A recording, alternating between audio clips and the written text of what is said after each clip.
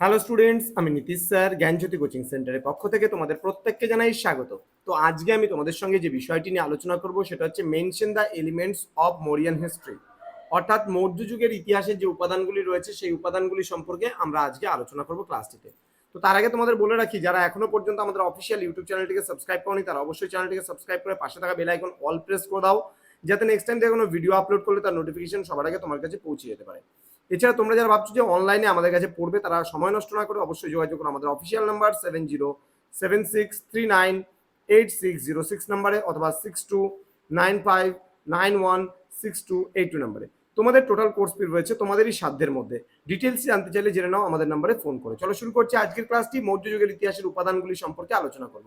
মানে মৌর্য যুগের ইতিহাস জানতে গেলে আমাদের কোন কোন সোর্সেস বা উপাদানগুলো অ্যাভেলেবেল রয়েছে সেই নিয়ে আলোচনা করবো। ওকে, প্রাচীন ভারতের ইতিহাস রচনার ক্ষেত্রে মৌর্য যুগ থেকে ইতিহাসের প্রচুর উপাদান কিন্তু আমাদের হাতে এসেছে।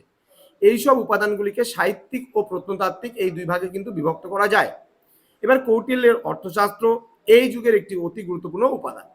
এই গ্রন্থ থেকে সমকালীন মৌর্য যুগের রাজনীতি বা রাষ্ট্রনীতি, অর্থনীতি, সমাজ, প্রশাসনিক ব্যবস্থার বিস্তৃত এবং নির্ভরযোগ্য বিবরণ কিন্তু পাওয়া সম্ভবপর হয়।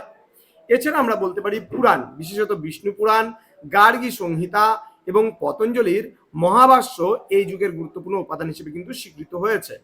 দেন বৌদ্ধ গ্রন্থ বলতে পারি আমরা মহাবংশ, দীপবংশ, মহাবোধি বংশ, অশোকাবদান এবং যৌন গ্রন্থ কল্পসূত্র ও হেমচন্দ্র রচিত পরিশিষ্ট পার্বণ চন্দ্রগুপ্ত মৌর্য সম্পর্কে নানা তথ্য সরবরাহ করে।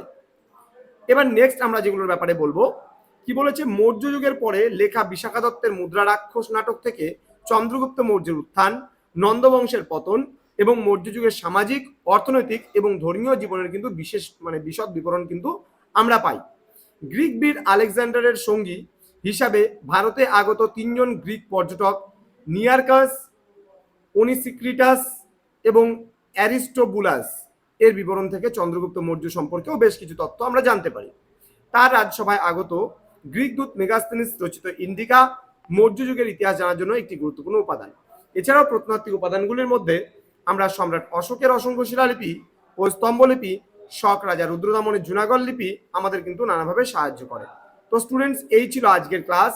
তো তোমরা যারা এখনো পর্যন্ত আমাদের জ্ঞানজ্যোতি কোচিং সেন্টার অফিসিয়াল ইউটিউব চ্যানেলটিকে সাবস্ক্রাইব করনি তারা অবশ্যই চ্যানেলটিকে সাবস্ক্রাইব করে পাশে থাকা বেল আইকন অল প্রেস করে দাও, যাতে নেক্সট টাইম থেকে কোনো ভিডিও আপলোড করলে তার নোটিফিকেশন সবার আগে তোমার কাছে পৌঁছে যেতে পারে। এছাড়া অনলাইনে যুক্ত হতে চাইলে সময় নষ্ট না করে আজই যোগাযোগ করো আমাদের অফিসিয়াল নাম্বারে। আমাদের ওয়েবসাইট ভিজিট করতে পারো www.জ্ঞানজ্যোতি.info লিখে যদি গুগলে সার্চ করো আমাদের ওয়েবসাইটে পৌঁছে যাবে। এবং নীলস নিভা নামে আমাদের ওয়েবসাইট এবং ইউটিউব চ্যানেলও কিন্তু রয়েছে। তোমাদের উজ্জ্বল ভবিষ্যৎ গড়ে তুলবো আমরা, এটাই কিন্তু আমাদের মূল প্রতিশ্রুতি। দেখা হচ্ছে খুব তাড়াতাড়ি পরবর্তী ক্লাস নিয়ে। তোমরা প্রত্যেকে ভালো থেকো, সুস্থ থেকো। Thank you so much. Thanks for watching. After all, thank you.